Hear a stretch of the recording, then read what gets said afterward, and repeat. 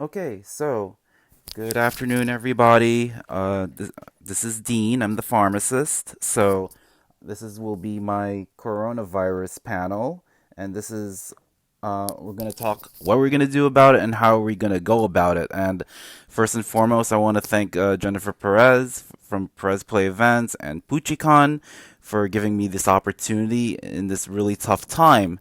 I think it's important that we inform people. Knowledge is power, and with that, we can stop panicking, because I know it's a stressful time. I know I'm feeling stressed about it myself. So yeah, let's get into it.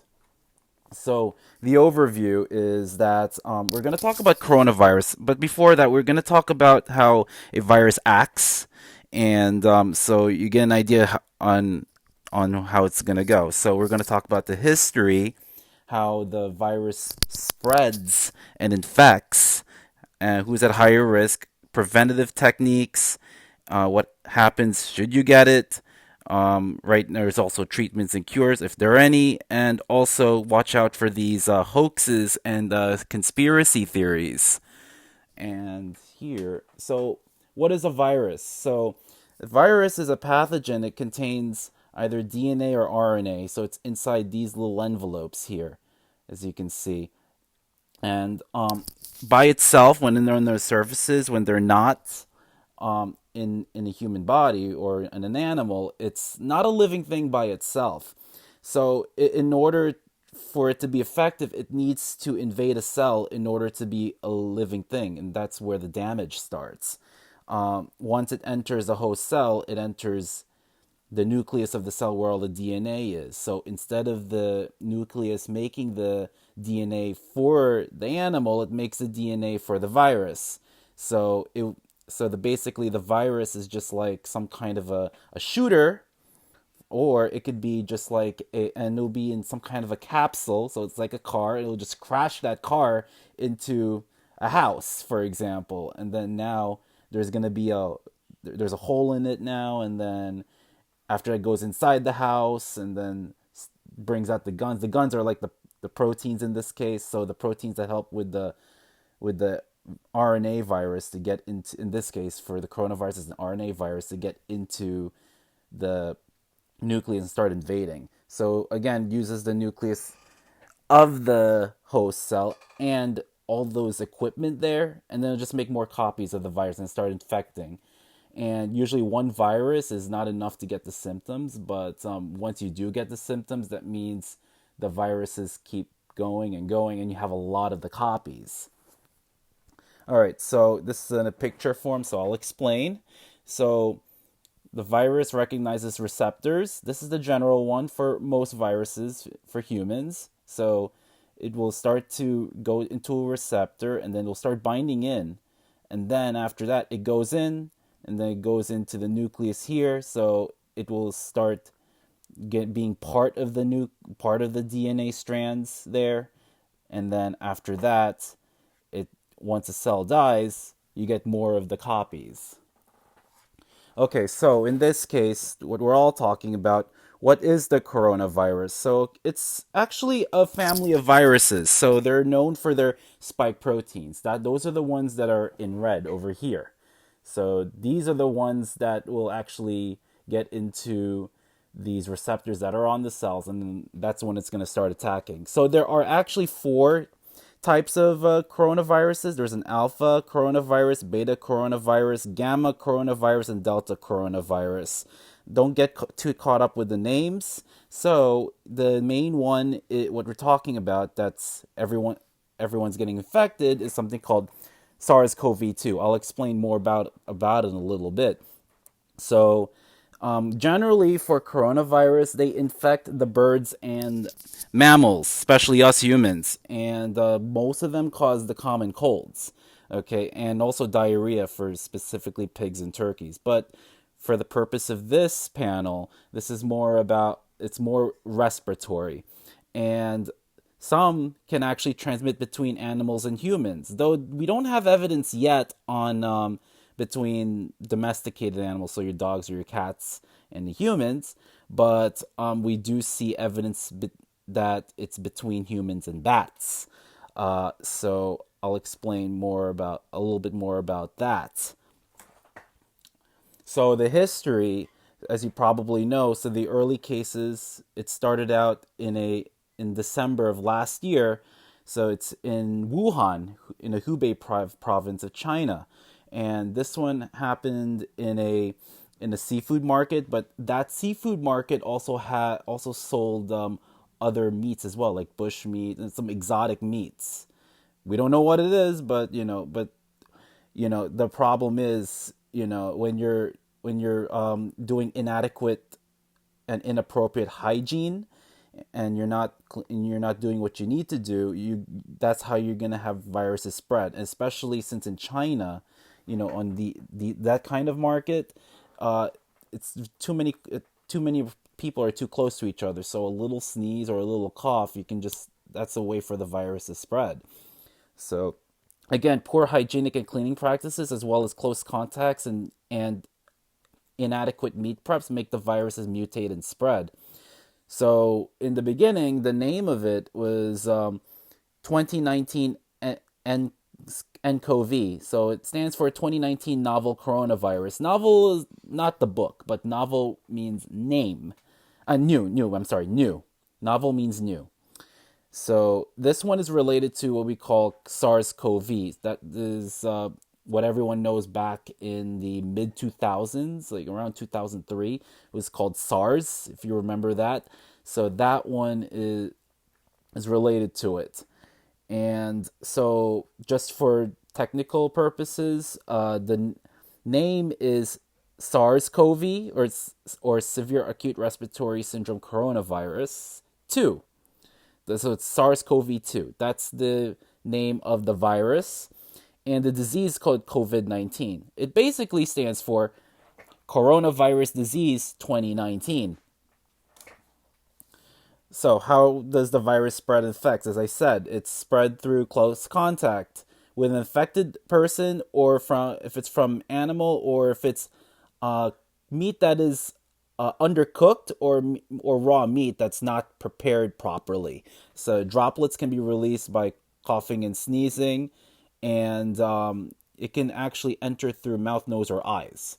So now the thing is, some people would ask me, okay, if it's bleeding, for example, it may get in there, but you don't want to take a chance.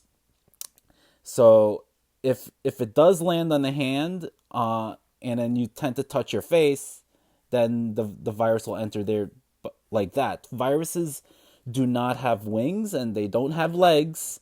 They're just inert, just like those little pieces of dirt, for example. So you can touch it, it will land on it, and if you touch your face will get dirty, and then it might enter into the nose, eyes, or face, or the mouth. So so it also spreads because now people fly. So they go on planes. There's always a lot of germs in planes, no matter how hard you clean it. Okay, and just as a reference, January 20th, first case of coronavirus was in Washington State, and it was a person who traveled from Wuhan. So there's something called an incubation period. So even if you don't have there's a time when you have no symptoms. But the time when you get exposed, and the time you get the symptoms, that's what we call incubation period. Even during the incubation period, you can actually spread this virus. Again, anyone can get it. So if you're a young person, you're not invisible. You're not invincible. All right, 20% are within the age 20 to 44, according to the CDC. So again, for this case, for the SARS-CoV-2, now we're going to go into a little bit more specifics here. So I showed you the other slide where it shows the picture of the viruses entering in. That's for viruses in general. This one is pretty specific. So let's go over it. So ACE stands for angiotensin converting enzyme. You don't have to be too crazy on that. So it would bind to the receptor to get in. This one is like a door, for example. So this one is an enzyme that helps make this thing enter. So think of it as the door, and think of this one as some kind of like a laser, like a button to touch. And then the door opens, gets in there, and then after that, This RNA gets released, so goes either two ways. So the first way I talked about earlier, it goes into the nucleus, and then it just takes it over, uses its equipment to to replicate more of the viruses, or it'll just go over here and replicate even more through viral proteins. And then after that, it will go into the receptors, and then you make more of the viral copies, and then eventually cell dies, and then you get more viral copies, and then it starts infecting more cells, and then it's a deadly pattern basically. So the COVID map, this is as of March 18th. So this is as of around Wednesday, I think. So it's a lot. Of course, U.S., Europe, Iran, and China. So those are the main hotspots right now. As I was looking at the press conference, it seems as though Europe is in the center of it now, as China is actually turning the tide. But I'll get into that a little bit more. So this is the U.S.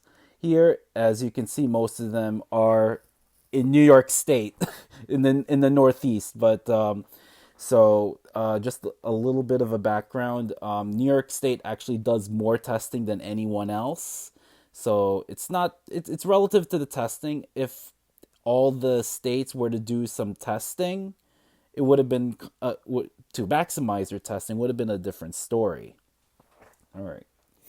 So the sad statistics in the world right now, they're well as of March yesterday, it's 275 427. We're probably going to reach around 300,000 probably maybe at the end of today or maybe tonight or tomorrow morning, we don't know. But it's going up really quickly. In China, it's been slowing down. They have the most cases, but this is from the very beginning. And in this case, Hubei has 67,800. That's where Wuhan is.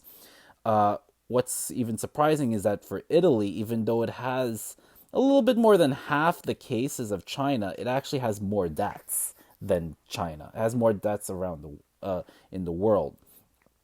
So in the U.S., we have almost 20,000. I think it's probably higher now, of course, and 250 deaths. The reason why I bring this up is because, well, I live in New York City. We're actually the epicenter of it now. Okay, New York State has 8,403, and New York City by itself 5,700. So basically, we're just one third. New York City cases are one third for the country, and in Washington State, this is the next highest cases is they have the most deaths in the U.S. Of any state, but that's a state that's got first infected.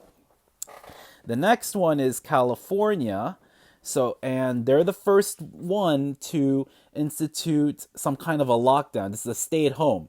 They actually didn't want to say lockdown because it would scare people. So basically, all all non-essential work canceled. No essential work. No non-essential workers. So only essential workers are going. So you're the nurses, the healthcare workers, the groceries, the police, the fire department, etc. So this is an example from Pennsylvania that I did, or that I found actually. So this one, so you get these public service announcements everywhere. This is just one example. Uh, it's also very important. Everything's the same basically. If you feel sick, you stay home. Call the doctor. Seek help. All right, basically it. Also, of course, wash your hands. If you're sick, wear a mask, and you have to social distance yourself, so at least 6 feet. So, who's at higher risk? I told you that everyone is at risk, but there's some people who are at higher risk than others. So you get to see the main ones are ones who are elderly and the ones with pre-existing conditions. So you see all these diseases there. So blood pressure. If you're recently pregnant, any blood disorders. I'm asthmatic, diabetics. If you have a lower immune system, so you have trouble fighting it, mast cell disorders similar to immune related issues, so heart disease. If you're over 60, that's elderly, of course. If you're under cancer treatment, so like chemotherapy, for example, kidney issues, you get the idea. So again, so the main ones are really cardiovascular, diabetes, lungs. If you're pregnant or you're recently pregnant, if you have compromised immune system, so HIV is one of them, or if you have drug induced, if you have drugs that suppress the immune system.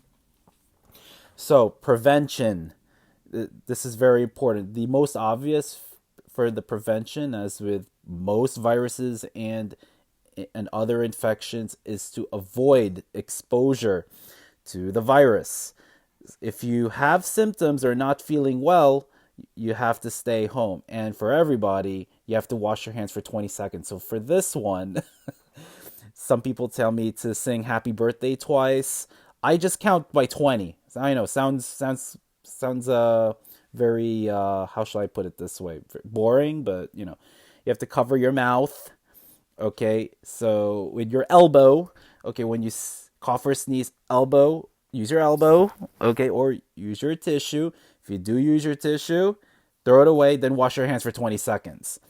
Okay, you stay at least 6 feet from sick people, or if you're sick, you just stay away from sick people, or you just stay home, obviously. And the people, so it's for masks. We have a big shortage, especially in New York, and we're probably going to get 1 million as of today, but 1 million is nothing, not nothing.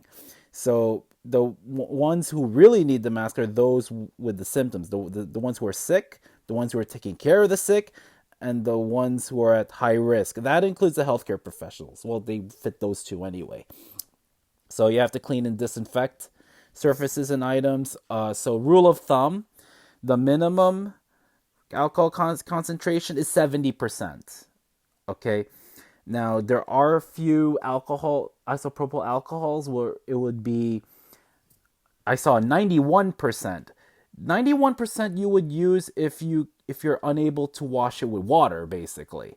And of course, hand sanitizer needs to be 60% alcohol. Or if it's higher, even better, but past 70, 80%, it's going to be harder. It's going to be harder to kill, simply because these alcohols, once you apply, they evaporate very quickly. When you have around 70%, and you're gonna that and 30% is water, you need that water to increase the alcohol exposure to the bacteria. So that means a higher bactericidal, or not bactericidal, the virus, increase the virus killing when you have a little bit more water. If, of course, once you go below 60%, when you get into the 50s or below, then the effectiveness of killing the virus sharply decreases as you decrease the concentration of the alcohol. But when it comes to alcohol, when it comes to hand sanitizer, nothing replaces good old-fashioned hand washing with soap. Okay, and this one goes for any bacteria or any virus, simply because even if it's resistant to alcohol, you can just use the hand washing just to get rid of it. And how I usually see it is, would you use hand sanitizer to wash your hands if you have muddy hands? No, you would wash your hands in the sink. Okay, because the mud's not going to die. It's not a living thing. It's not going to die from Purell or the hand sanitizers. The only way to get rid of it, you got to really wash thoroughly. And I'll go more into it. No unprotected contact with live, wild, or farm animals. So you don't want to be close even to infected animals as well, just to be safe. Bats included. And got to cook thoroughly and fully. You do not undercook. And that goes with not only preventing the spread, but there's also other viruses and bacteria as well if you do undercook. If you want to eat sushi, that's fine, but you got to prepare it properly. So, coronaviruses on surfaces. So you'll see here that it can last about a week. Coronavirus can last up to about a week. especially in room temperature and even when it's colder. What I wanted to bring up is that these viruses like cold, dry weather. When it's cold, their little capsule that protects that RNA, that that dangerous guy that would attack the cell, that hardens and it becomes protective. Of course, alcohol will still kill it because I'll explain a little bit later. And happens is that the it stays there. It's just inert, just like it's a little thing, just like a little dust. But over time, usually when it comes to warm weather, now we don't know yet. Okay, when it comes to warm weather, like when it reaches 86, 90 degrees, it's less likely to survive for a week, of course. But again, there's more information coming. Again, this is novel coronavirus. This is a new virus. Okay, this is not the flu. Okay, flu viruses and coronaviruses, even though they're viruses, just think of them as cats and dogs. Okay, just they're both cats and dogs are both mammals, but they're different, and so just think of it that way. So, most important that you need to take is that anything that's on the wood, anything on glass, or anything organic like paper, they last for several days. So, that's why you got to do your cleaning. So, proper hand washing technique, of course, you hear this all the time. So, but I cannot stress this enough. So you have to wet your hands first, apply the soap, and then you really have to go thorough with it. And it sucks because my hands feel like a desert. Look at this. It's a desert now. So, but you have to really, really don't leave. By the way, don't leave the faucet on. Okay, you only leave the faucet on just to wet your hands, and then you can put the soap on it, but turn the faucet off. So you just rub, rub, rub, rub, rub. You rub, you go in between the fingers, do it on the nails, do it on the knuckles. You get the idea. Then you wash, and then you get the tissue. But the problem is, what you need to do is you keep the tissue with you. So use that to turn off the faucet. But that doesn't necessarily mean you have clean hands. What my dad told me to do is that if you're in a public restroom and you're trying to get out of the bathroom, you keep those tissues and you use that to open the doors. I looked at him as if he had 20 heads. I didn't understand why, but now in like this, I know why. Like, uh-oh. All right. What happens when you do get the coronavirus? So, what happens is the main things you really want to focus on is fever because it's an immune system way of trying to kill the virus. As I said, viruses really don't like heat. Okay, now in this one, we've seen coronavirus being spread in the Philippines, so I'll talk about that a little bit more. And the Philippines is never cold, and okay, so and it needs heat. Even in Australia, where there's summertime, there's still cases there. So main thing is fever, dry cough, fatigue, and mucus production. Other people get shortness of breath, muscle joint pain, and all these other ones. But the main thing you want to focus on is respiratory related symptoms. So if again, I cannot stress this enough. If you're sick, you stay home. Do not panic. So you keep away at least 6 feet away. Wear a face mask. Okay, do not call 911 yet. Call your doctor first and schedule an appointment and also follow up as well. If you do need to call 911, that's a last resort. But this is the following where you need to call 911. If you have breathing issues, if you have chest pain or pressure, if you have an altered mental status, so if you feel if you're confused, if you're not aroused, or when it gets really, really, really bad, is bluish face or lips. But that's really serious. So treatments and cures. Everyone's asking me about this. As of right now, as of this talk, there are no approved drugs or vaccines. We don't have an official medication that'll kill it or not. However, there are trials in progress. So there are antivirals called remdesivir. So that's being used in Seattle. They're actually. Oh, I'm not sure it's used in Seattle, but I know it's used somewhere in the U.S. So this is used mainly on healthcare workers and those who are the critically ill. So it's like a compassionate care kind of thing. Favipiravir is another antiviral. Was used to fight the flu in Japan, and they're testing it in China, and they're saying that they're getting good results. But again, we don't know yet because we don't have a lot of data. I think it's important that we test it here in the U.S. See what happens. In Seattle, they're also testing a vaccine as well. So they have, I believe, at least 8 subjects. I know there are more. It's called mRNA-1273 vaccine. So they're gonna do that. There are 2 other medications. These are what we call interleukin-6 inhibitors. These are injections, and these do not kill the viruses. Let me just make that clear. It doesn't kill the viruses. What it does is it treats complications and inflammation. In this case, viruses will not kill you. What will kill you is how the body reacts to it. So when there's a lot of inflammation, so that inflammation leads to lung damage, and then you have trouble breathing, and then you die. That's why people like Governor Cuomo, they're all trying to get as many ventilators as possible. And the famous one is hydroxychloroquine and azithromycin. There's really not enough data yet.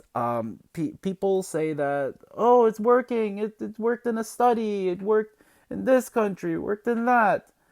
But, I need data. What does that mean? Now, it's in vitro. When they did it in the lab, the main thing is hydroxychloroquine. So it actually blocks entry of the virus into the cell.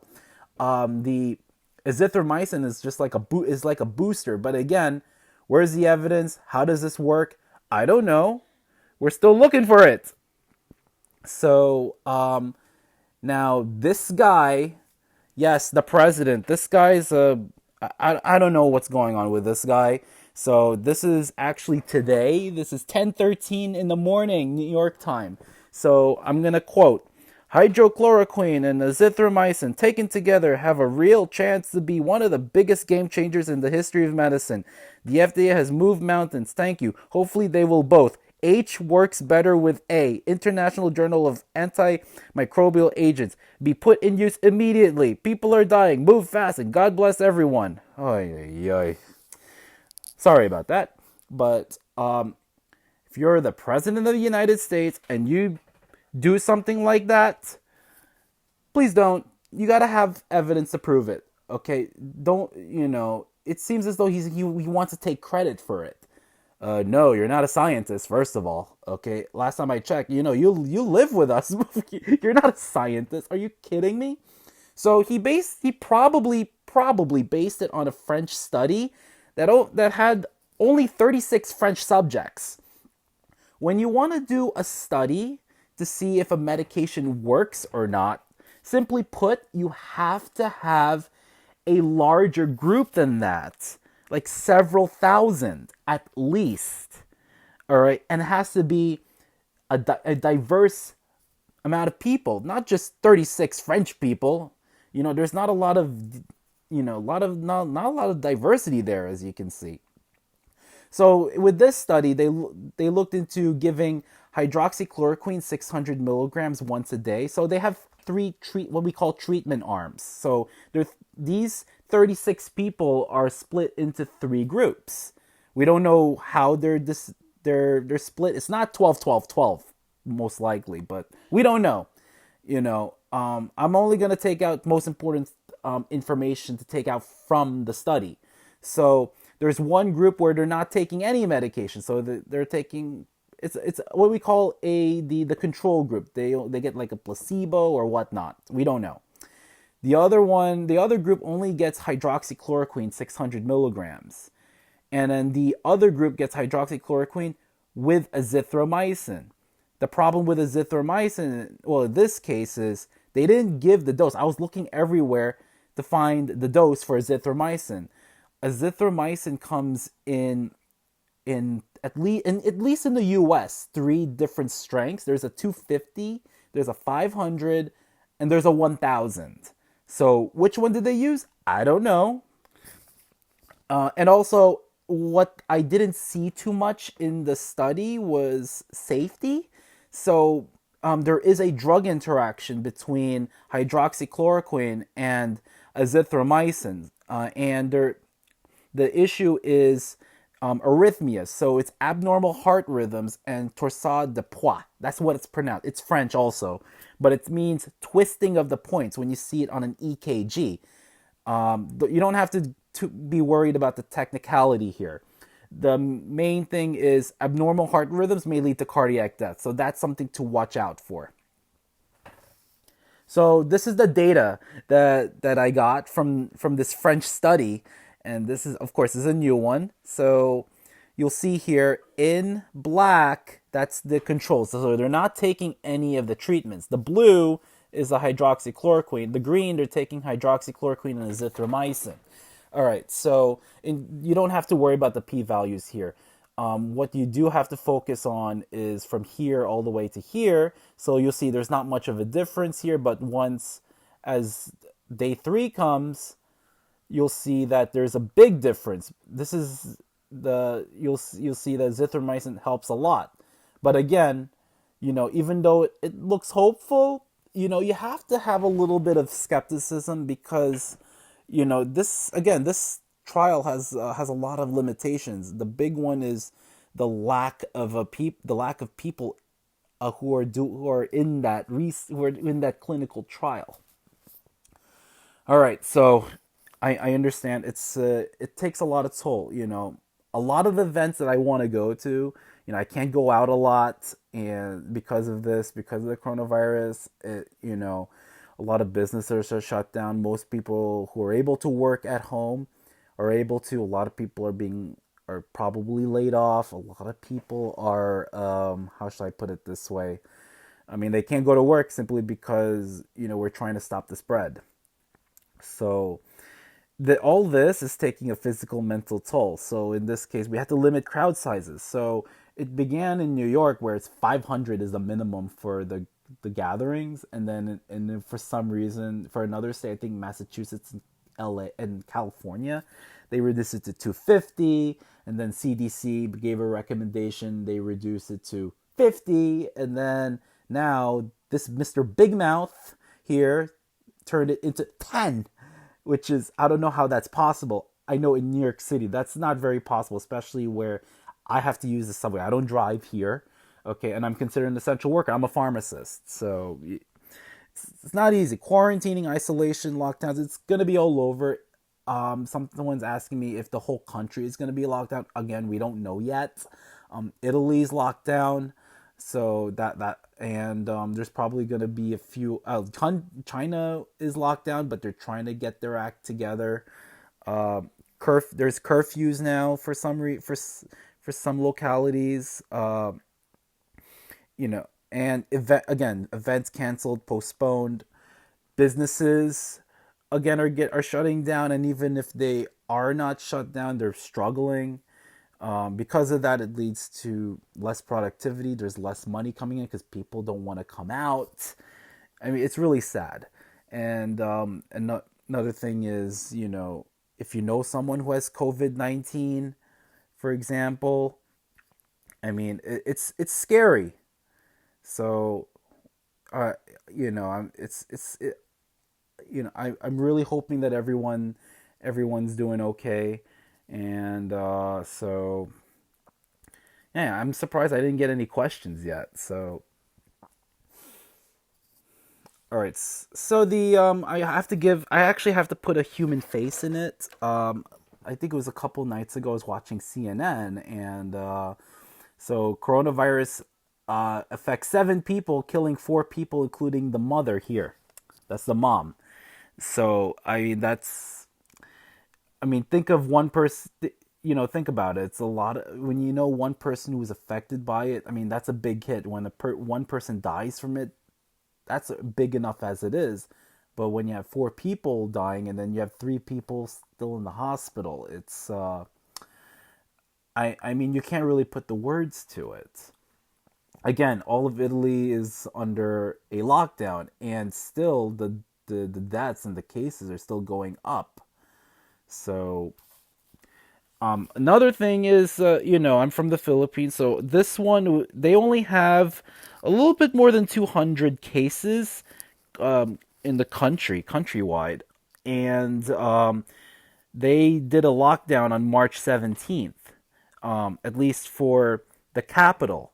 And then a couple days later, on the 19th, so 2 days ago, this whole island Luzon, my dad's in it. I have a lot of family members here. My dad is in this area. I used to live in this area. That's where Manila is.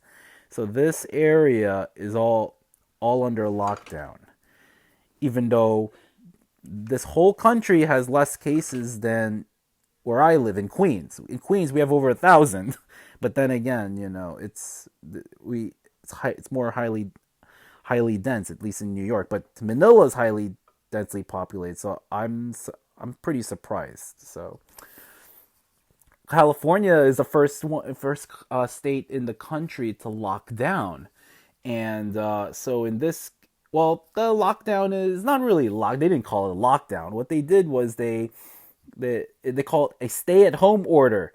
So I have a lot of family members and friends in California, so they have to stay home. Except, of course, if you're a nurse or if you're a doctor, if you're a pharmacist like me, if you're a police officer or a firefighter, you have to go. You have to do your work. So I get, we're real soldiers here, and they followed the president's recommendation of no gathering in groups more than 10, and it's still going on. We don't know when it's gonna end. We'll see. So, start yesterday. If I remember correctly, Governor Cuomo actually did a lockdown as well, but he called it the pause. Okay, so in this case, it's gonna start tomorrow, 8 p.m. New York time. So, and in this case, non-essential workers cannot come out. Non-essential businesses cannot be in business.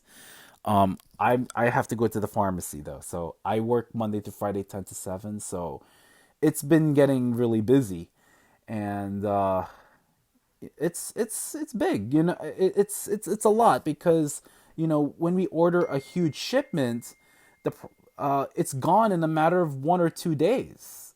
I mean, that's being generous.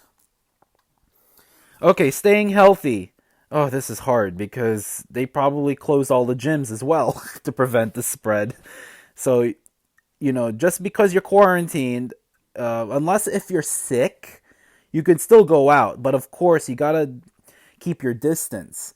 You gotta have a balanced diet, of course. So, if you're able to go out and if the grocery is still open, do so now. And oh, I have a question here. Do we still need to see doctors for things like Adderall? I would. Again, doctors are considered essential workers. So yes. So yeah, of course. So especially with maintenance therapies, what I would suggest is if it's like blood pressure medication, for example, or for diabetes, what you can do is you can call a doctor and say, you know what, can I have a doctor send refills for it? I can't make it because I can't go out, this and that. Hope that the doctor understands. All right. So we do delivery in the pharmacy as well. So, but for me, I actually have to try to keep my, yeah, I don't want anyone to get coronavirus either. Okay. So I'm just trying to limit myself outside. I'm going to go somewhere tomorrow because I'm gonna do my I actually have to go to salon and all that. I actually have to go somewhere as well, but I'm gonna try to limit. But if you do go outside, I would, if you have the symptom, if you're at high risk and don't have the symptoms, wear a mask. I'm wearing a mask anyway. So actually, you can still pick it up at the pharmacy. Pharmacies will still be open. So even when we're in these quote unquote lockdowns, you can still come out, but you only do it for essential reasons, of course. Okay, now again, you can exercise, you can still go out. You don't want to hang out in groups. I'd rather have Doctor send the article to the pharmacy now. Make an exception. Yeah, of course they have to. I think that's the best way to do it. Balanced diet. So for of course the obvious fruits, vegetables, lean protein. You wanna try to not get too much of the perishables. So you have to if it's possible you can try to stock on non-perishables. So the canned goods, not the healthiest kind, but just in case.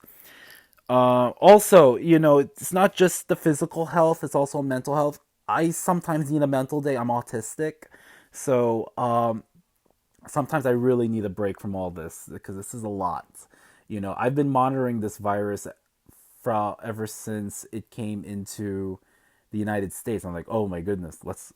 I said to myself, oh, you know what? New York doesn't have it. We're good, but I'm still monitoring it because it can go anywhere because this is New York City. And once it's in New York City, people started panicking, and then oh boy, and then when it went up, it's like now there's panic buying. Do not panic buy. Walmart pickup is booked forever, man. Oh yes, so you really have to be proactive, and you have to plan these things out. I tell all my patients that if you if you're gonna run out of medication, you call the pharmacy 7 days in advance. Call them 1 week in advance, and even if it's too soon, at least you put yourself in the line before anyone else is done. Don't request for medications on in the last minutes. There are some insurances, just letting you know, that have emergency declaration fills for COVID-19, but always ask the pharmacist, always ask the insurance. The issue with asking the insurance, of course, is that there's a lot of people who will call the insurances. So, call the pharmacy, or you can speak to the pharmacist. Okay, and if you have any questions, always ask them. We pharmacists are on the front line before before other people get into the hospital, the urgent care, and whatnot. So, would that work for controlled though? So it depends on the state. I know in New York State for controlled substances and narcotics, the the earliest you can fill the medication is 7 days. So if you have 7 days worth of supply left, according to the if for a 30-day supply, uh, you can call them. But when it comes to filling it, 7 days before you run out, if you do have insurance, insurance might think it's too soon.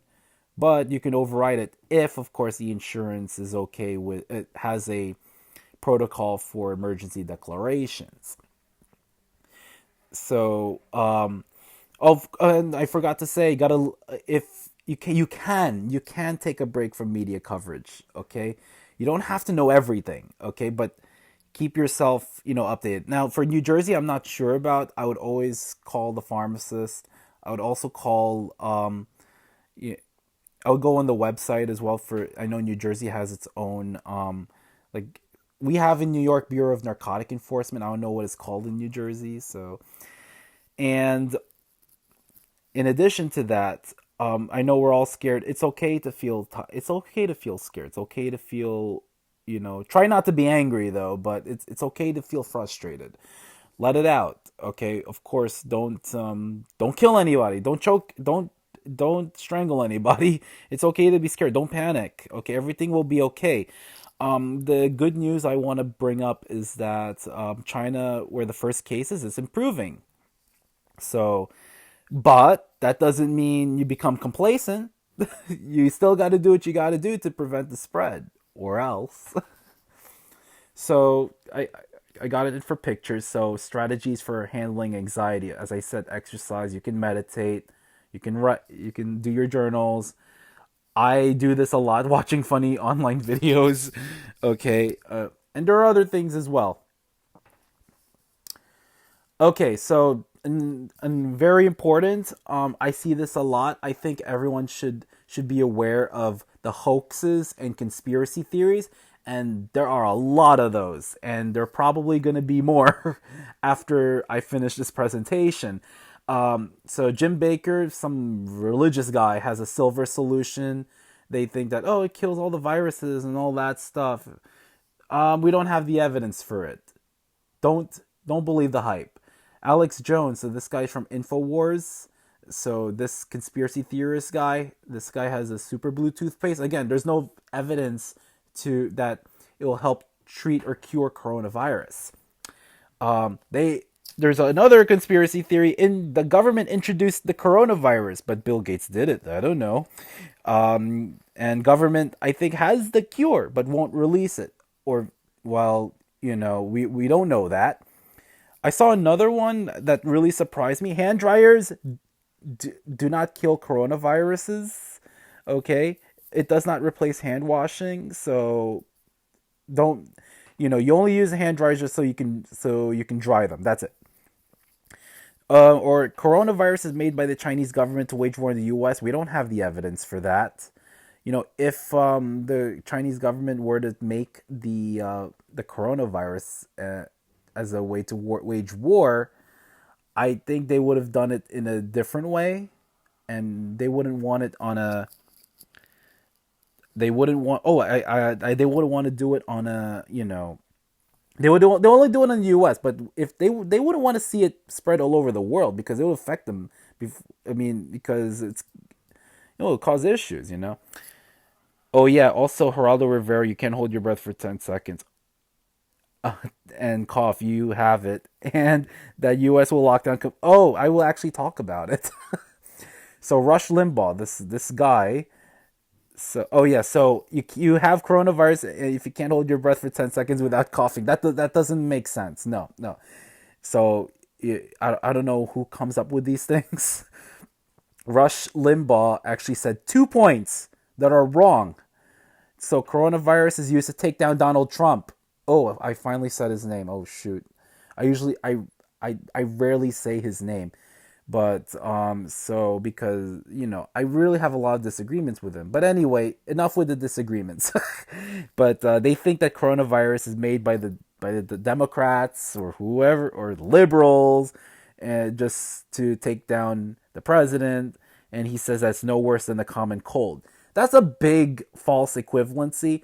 COVID-19, SARS-CoV-2 is a coronavirus, but just because some coronaviruses are responsible for the common cold does not necessarily mean that that all of them are common colds. That is not true.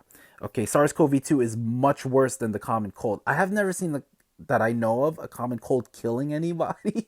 So, and there's more. So there is a book by it's also my name, so Dean Koontz, The Eyes of Darkness. It predicted coronavirus. So in the book, there is I'll show the slide in a little bit. They call it something called Wuhan 400. In the book, it was a 100% mortality rate. For COVID-19, we don't know exactly what the mortality rate is. We think it's about 2%. Again, things can change. The Simpsons predicted it. Simpsons predict so many things, and they predict. I don't know. That's another conspiracy theory by itself. Now, it's not 100% false because what's the big thing that they're wrong is that Osaka is in Japan. Okay, this one, as I said, it started in Wuhan, China. Miracle mineral solution, a bleach product to cure coronavirus. We don't know if that works. I suggest you don't drink it. Okay. And people say coronavirus goes away with warm weathers. We don't know yet. Unless, of course, if you put coronavirus in an oven. We'll see how that goes. But then again, would you want temperatures to be in the hundreds or whatnot? Then people would not be dying from coronavirus. People would be dying from heat strokes. Okay, so, the spread may slow, but the transmission will still be there. So, people say 86 degrees or higher, but again, they'll still be there. They're just not going to last as long in the summer. But just to let you know, these viruses, again, in order to replicate, they need to find the host cell. They replicate, once they find the host cell, it's over. So they they can multiply really, really, really fast. So don't rely. Hi, Jen. I know you. I know it's you, Jen. Do not rely on that. Oh, the hot weather is gonna kill it. No, no, no, no, no, no, no. Assume that this is gonna be a year-round thing unless we get more information. Okay, this is not the flu. The flu is different. Okay, again, do not compare cats and dogs. Okay, they're two different animals. Okay, so some of the examples: the silver solution hoax. So that's a fun one. You can search that on YouTube. All right. Silver uses the virus's wound and skin conditions, anti-inflammatory, sinus infections, allergies, cold and flu. How am I doing on time? Let's see. What? It's 2:52 already? How is this possible? Oh my goodness. Wow. All right. Well, looks like I'm not gonna show the video then. But if you do have the time, go to the Jim Baker Show. Silver Solution claims cure coronavirus. It's very cringy. The other one is Alex Jones Super Blue toothpaste. This one is you just use the toothpaste. Oh, you're cured of coronavirus. Yay. No, no, no, no, no. Oh, it also has the silver thing. What's with people with silver? I don't understand. What's so special about silver? Is it's silver lining? I don't know. That's bad joke. Okay. All right. And then this is a Dean Koontz novel. So this one is called the four in 20 months. You have to go back 20 months. Around then, a Chinese scientist named Li Chen defected to the U.S. carrying a diskette record of China's most important dangerous new biological weapon in a decade. So it says it's a developed at the rDNA labs outside of Wuhan. It's a 400th visible strain of man-made microorganism. Now this one, it's not a microorganism. A virus is not an organism. Okay, it needs a cell in order to become a living thing. And the future. So there are too many unknowns. So we're getting news. We're getting new stuff all the time. So this is a rapidly developing matter. It doesn't end with this presentation, or it doesn't end with this panel. So as everyone says, prepare for the worst, hope for the best. We're in it together. Okay, so relax. Healthcare systems will get overwhelmed. I know my pharmacy is getting overwhelmed. So we'll see how it goes. I know I work Monday through Friday, so we'll see how that goes. Return to normalcy. I really hope. I really, would this be a new norm? We don't know. Okay, it's likely that once this pandemic ends, I think we're probably gonna change the way we. There's some things we're going to change. That I mean, that's going to be permanent. Other times we're gonna, at least in this case, once the pandemic ends, I think we'll still do the gatherings will probably slowly increase, but it's just people will start becoming more hypochondriac or something, because everyone will start bringing all those hand sanitizers, the Purells, and all that stuff, and now people will be disinfecting their money and their cash and everything. It just drives me nuts because all of it is just so they're annoying. Okay, I know it's important. I know I'm not saying it's not important, but it's just a lot to deal with. So treatment is coming, as I said. So it's a matter of when. So they have to do these clinical trials. It began in China, as I said, it began in China in 2019, and they're improving as of this month in March 2020. But that is, of course, you do your part. Everyone has to do their part. I'm trying to do my part. In addition to just, washing my hands and trying to make sure I don't get in contact with anybody, and I try to stay 6 feet away, even though it's not always realistic. I'm giving this panel because I really want people, I really need people to be informed. I feel that when people are informed and they have this knowledge, they have the power, and then they become empowered, and then they don't get scared. And I don't want people to be scared. So don't be complacent. Do your part to stop the spread. If you're sick, so a lot of people ask, if you're sick, how long will I recover? It really depends. So for example, if you took treatment, if you took action right away, And if you do what you need to do, if you follow the CDC guidelines, you'll be fine. But if you don't, then you're not going to be fine and you might end up 6 feet under. Who knows?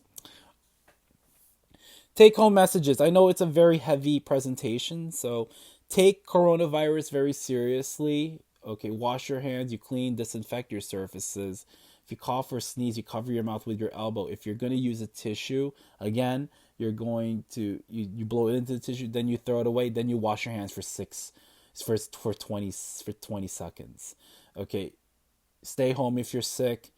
Try your best to stay 6 feet away or go 6 feet under. I can't believe I wrote that. Okay, listen to the experts and professionals, myself included. I'm a pharmacist, and elected leaders. I know not as easy as you think, especially since I like to go out. I don't like to stay home. I don't want to get cabin fever. Are you kidding me? So now I'm a professional. I'm a pharmacist. So I got my doctorate in 2013. So, but every time I give you information, I always want to make sure that it's evidence based and then there's proof for it. And if there's no proof for it, then I'll tell you that we don't know, that it's anecdotal. Everybody, please think critically and ask questions. Don't believe what people say. Okay, don't believe that silver solution is going to be the cure all for the coronavirus and all these other stuff. And when you're going to ask questions and you're trying to learn information, use reputable sources. Always get when you see an information you're trying to look it up. Always use reputable sources. So, especially with what's going on, because internet is like an ocean. There's sharks in the water, so it looks fine, looks peaceful, but unless if you dive in, if you go really deep. So you got to be careful. So do your due diligence. Don't give up, don't panic. Again, we'll get through it together. So I just want to say that I took a picture of this while as I was getting ready. So I just really want to say thank you so much from the bottom of our hearts to our everyday heroes, especially healthcare workers. There's the grocers, people work in the grocery, pharmacists, so I'm included. People who are police, the firefighters, public transit workers, child care workers.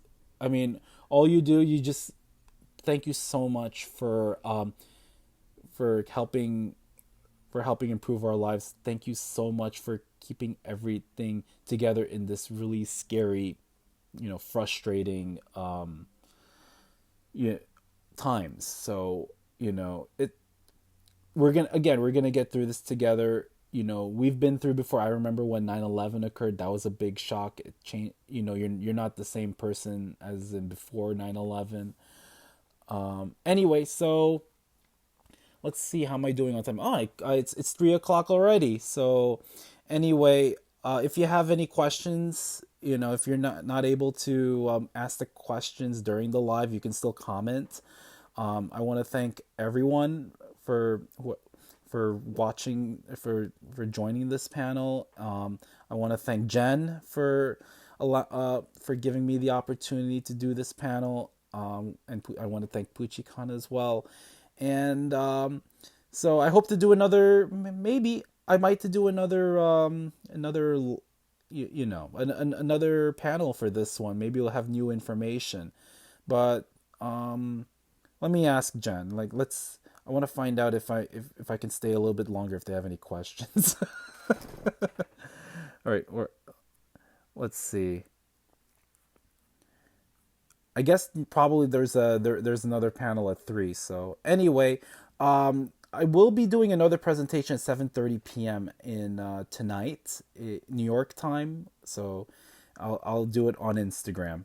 Anyway, so thank you so much. And again, if you have any questions, you can comment on this one. And please be safe and enjoy your day. Bye bye.